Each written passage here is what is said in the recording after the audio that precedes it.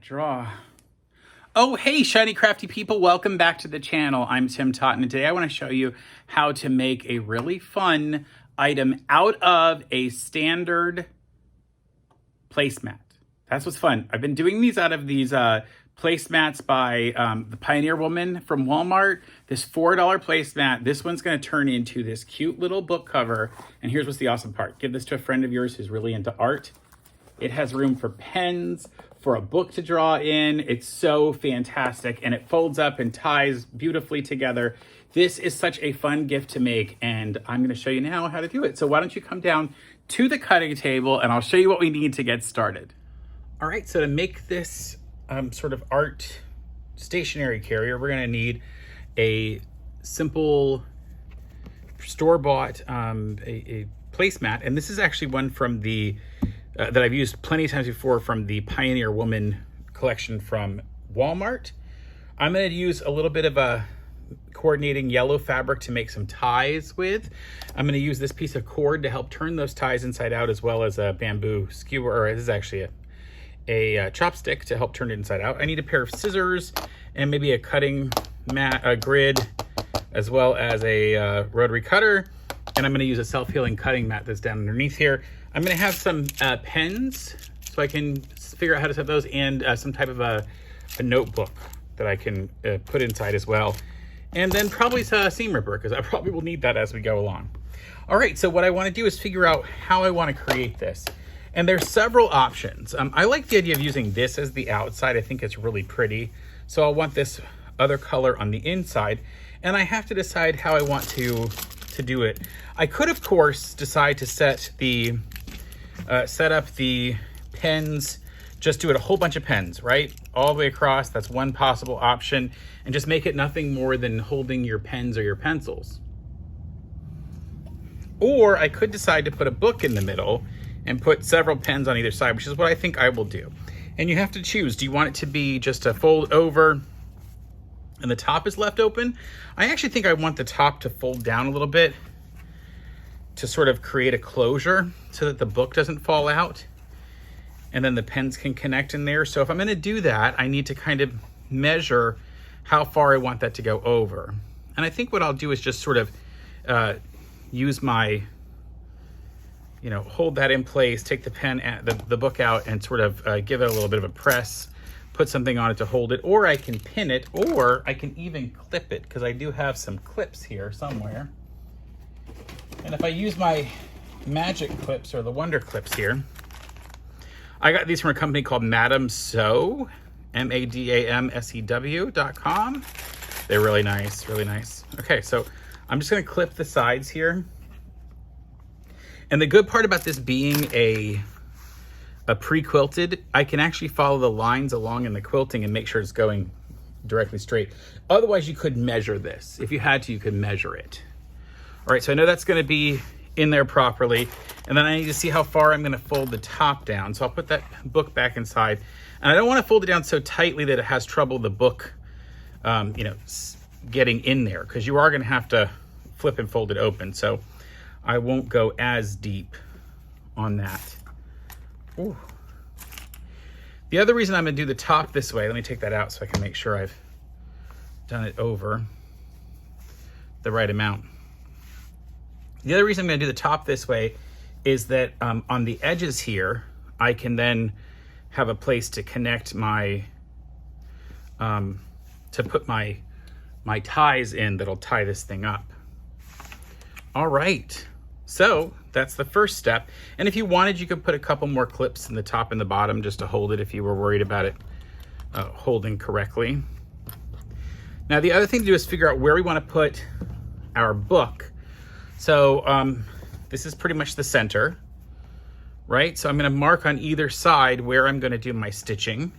Now you could use a chalk pencil, or you could use clips, but I'm just gonna go ahead and put a pin in it, and I'm gonna follow the lines. I'm gonna stitch right up through. In fact, as you can see, there are stitching lines here. So I'm just gonna follow straight up between those stitches. And that's gonna be the easiest way for me to do it. And I'll go ahead and pin the other one, and then I wanna make sure my book still fits inside. So, in fact, I'll probably pin a few other places just to see if my book still fits into it. And if it doesn't, I'll have to adjust my pins. So that's important to do because my book might not fit. See, that's a pretty tight fit. So I'll actually go out another half on either side. And I say half because I could go over an entire piece, like in the middle, but I can also just go halfway, if you'll see. So I'll just do half. On both sides, I want it to be, you know, I never know if somebody's going to change this. You might get a different pad, a bigger pad later, and I would hate for that other pad not to fit. So let's see now if this fits. Oh yeah, that fits really well. And then my goal is later to be able to flip that over and then be able to fold each of these in place as well. And then it'll tie up on the side. All right, so that's actually pretty good. So I'll take my piece out and I'll actually follow the lines up here and put a pin also because I'm gonna stitch down the entire thing. I want this stitch to go all the way down so that it actually sort of creates a weak spot that will in fact help that to, if that makes sense, it'll give it a natural place to fold by stitching through it. The last thing I need to do is figure out how wide I want to make each of the places for the pens. And in fact, what I like about this design is I can actually just choose every other line. I can go here. See, I can put one here and then go to the next one. So just one width of one of those. And it'll actually give me 1, 2, 3, 4, 5, 6 on each side, really. 1, 2, 1, 2, 3, 4, 5, 6 on either side. And I'll make the farther one just stitched on the very edges, and that'll give us a little more room. So let's go over to the, I'm not gonna stitch those all the way to the top though, by the way, because it doesn't make sense to do that. Let's go over to the sewing machine and I'll show you what to do to continue. So here's the project. I'm gonna go ahead and stitch down both of these, and then I'm gonna come back and stitch just here every other one. And so I'll do these first because I like the idea of getting this part sort of handled first. I'll pull my pin out, but I can see where I'm gonna go. I'm using white thread to match. Now, if this weren't a gift for somebody, and I'll back stitch here where it's gonna get a lot of wear and tear. So I'm gonna back stitch there, but it's gonna get stressed. If this weren't a gift for somebody, I would definitely have done it in a contrasting thread so you could see the difference. All right, there's one, and I'm gonna come and do the other one on the other side. Match this up to where it fits.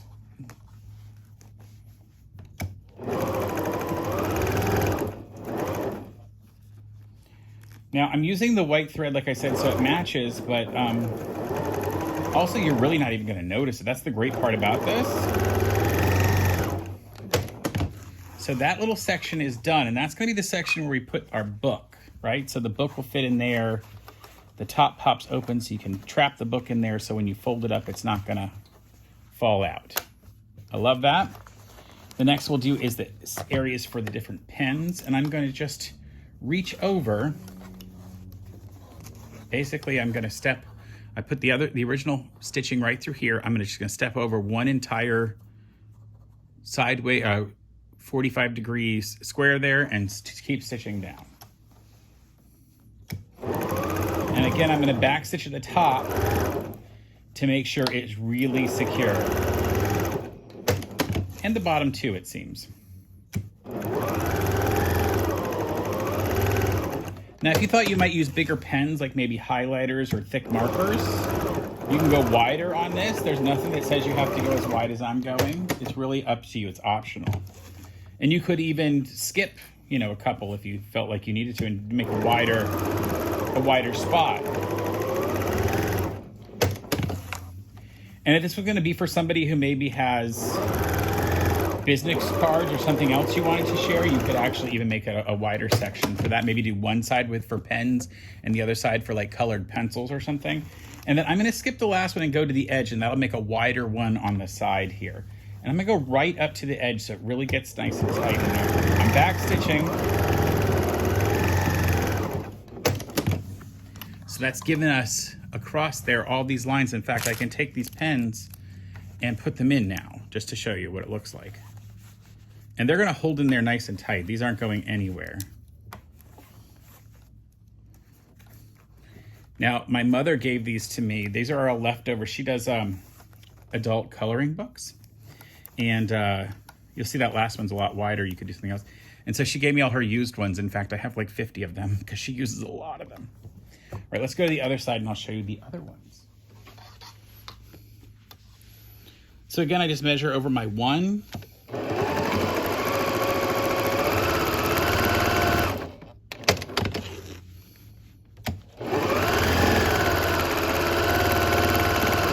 Now, if you have one of these that's not as, that doesn't have the marks on it already, you could just draw them on with a chalk marker. And there's nothing that says you have to do marks just like this. You could do whatever size you want.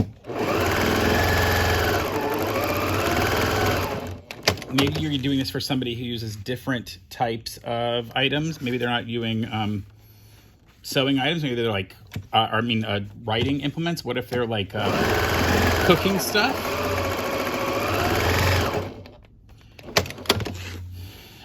Or maybe some other type of art device, or maybe tools for crocheting. That would be great too. All right, the last thing I have to do is I have to sew these top ends together, these top parts together. So and I've got to do the other side coming down. You know what? I just did that, but I didn't leave space for the, I made a mistake and I didn't leave space for my straps to go through. So let's go over and I'll show you how to cut the straps out, and then I'll teach you what I'm going to do to fold these together. So we're back down here at the cutting area, and I'm going to make some strips so that I can make ties for this. So I'm going to cut some strips out of this yellow material, and I'm going to make the strips about 3/4 of an inch, so when they fold in half, they will actually be a little more, not quite even, a little more than 1/4 of an inch wide. I want them pretty small. In fact, I'm probably gonna go to 1 inch. That'll make more sense to me. So let me just trim the edge off here to get it cleaned. And then I will go to my 1 inch mark. I'm gonna cut at least 2 of them.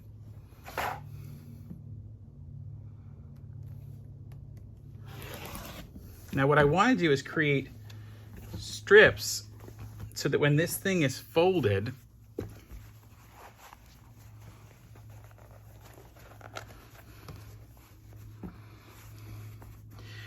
that I have strips that can tie here.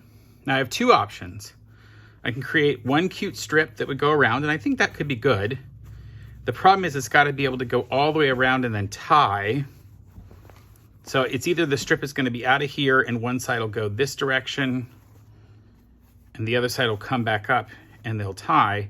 So I kind of think I want 2 of them, because what I'm going to do is one strip will come through it this way and around, the other strip will come out this side, and then they'll tie together right here in this side to make a cute thing.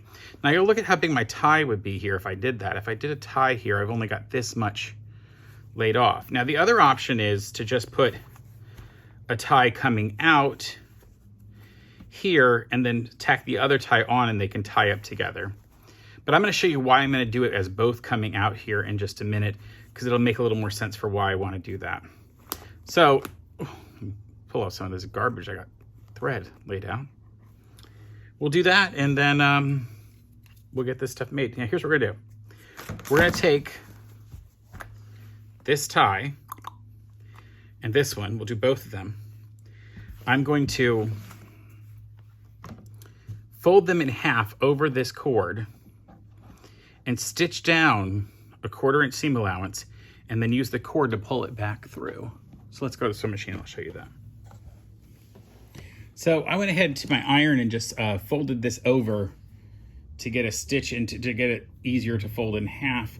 I'm going to stitch down one end. This is going to let us pull the cord back through. So I'm going to stitch over that at that end. It'll get chopped off later.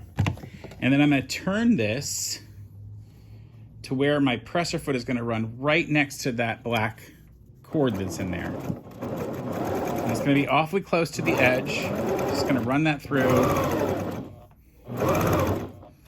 And I'm letting the black cording run next to the presser foot to decide how wide my stitch is going to be. And in fact, my stitch is very thin in here. It's not even 1/4 of an inch because that cord is pushing it over. And this is where you might want a nice short stitch length. I've just edited mine down to 2 instead of 3. And it might not be short enough. I haven't decided. The 3 that I already did might not be enough. So I'm going to keep opening this up. All right, let's keep pushing this over. And it does it's naturally just pushing that cord all the way into the crease. And I want as much of this as I can get. Ooh. Looking good. Stitch off the end, just back stitch it to make sure it really holds in there. Then what I've got to do is see if I can turn this inside out. So what I'm going to do is I'm going to hold down here at the end. Let me trim this a little bit just because there's less material trying to turn itself inside out. So I'll trim off that black end there. What I'm going to do is I'm going to hold this end and pull just the black at the other end until I can get it to pop through. See, I'm trying to get this to turn inside out. Oh, it's working, see? So I'm sort of pulling it against itself.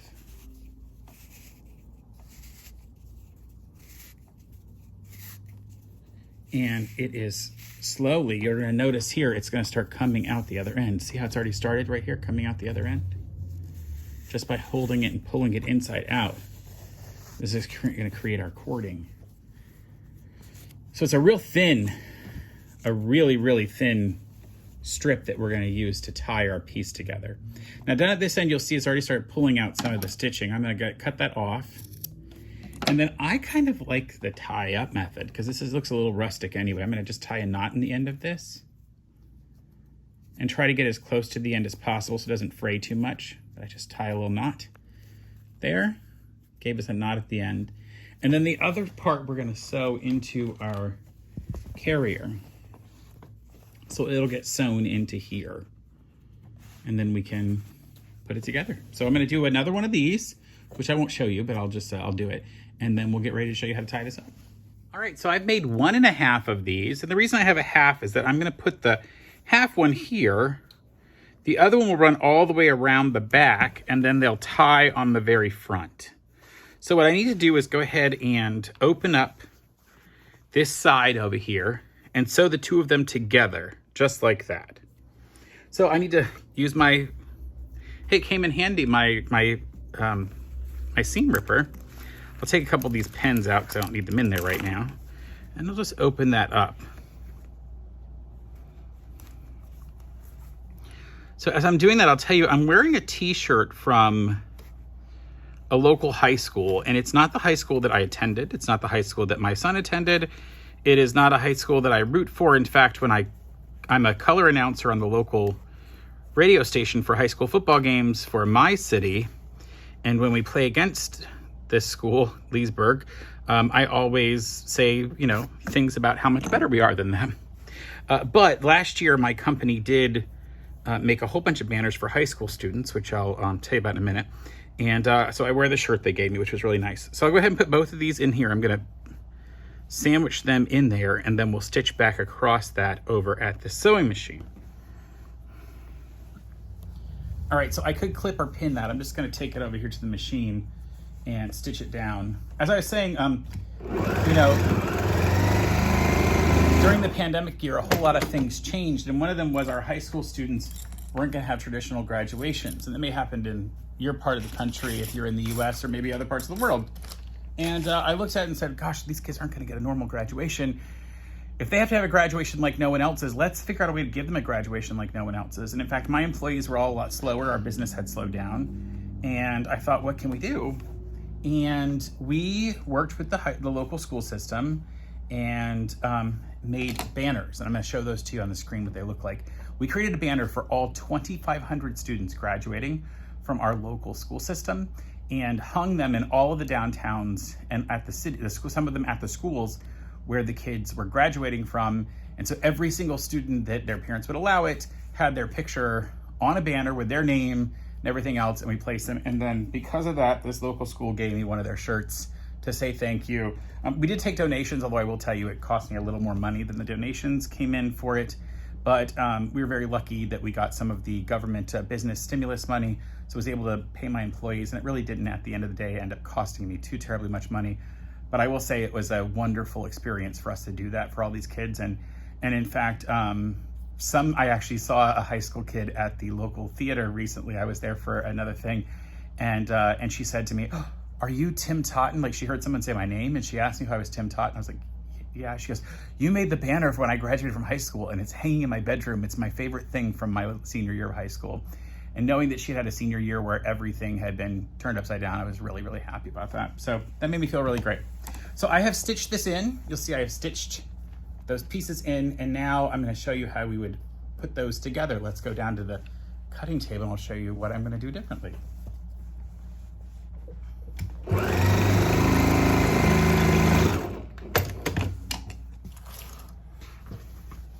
So here it is, it's finished. We've created that entire piece, and what I'm going to do is I'll get some pens to place in here just to give you an idea. This would be really cool for somebody who's an artist who draws things in a sketchbook. You can get them like a little moleskin sketchbook to draw in. You can make this size, any size you want. I like this particular size because it allows me to fold it into thirds, but that's really up to you, you know. And I'll get a few others. I don't have to fill them all, but I want to kind of show you what it looks like.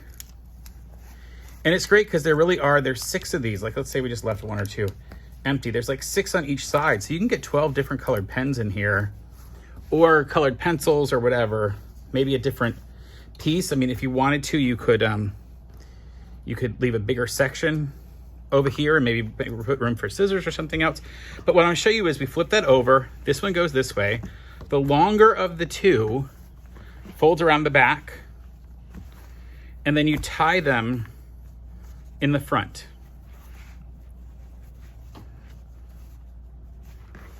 And there you go. Cute little book carrier. I can carry it under my arm, walk around. It's so cute. Nothing falls out of it because you folded that in. And then of course, once you open it up, it's the pens and the book, all of that interconnected. Now I was gonna show you one last thing. The reason I put this here on this end is that imagine instead of a book, I just had room for pencils or pens all the way across. In that regard, you can take this and then roll it up. And what I would do is I would fold this top edge further down to really encapsulate those pens. And then you can roll this up. See what I'm doing? I'm rolling it. And then you just use that tie to tie together. And now you've got a rolled up piece that can go into your luggage or something else. And you would finish tying that, obviously. I haven't. But that's another way you can do it. Thank you so much for watching. If you've enjoyed this video, please leave me a thumbs up, a like down at the bottom. It really helps for us to get seen in other people's feeds. Of course, subscribe to the channel if you're not already subscribed. At least once a week, I post some kind of a video either about creating masks or doing other kinds of crafts. Really easy, simple stuff that almost anyone who can make a sewing machine work can do. And until next time, stay crafty. Bye for now. Oh, I'm really excited about this. I was gonna give this away, but I don't know. I think maybe I want this for myself.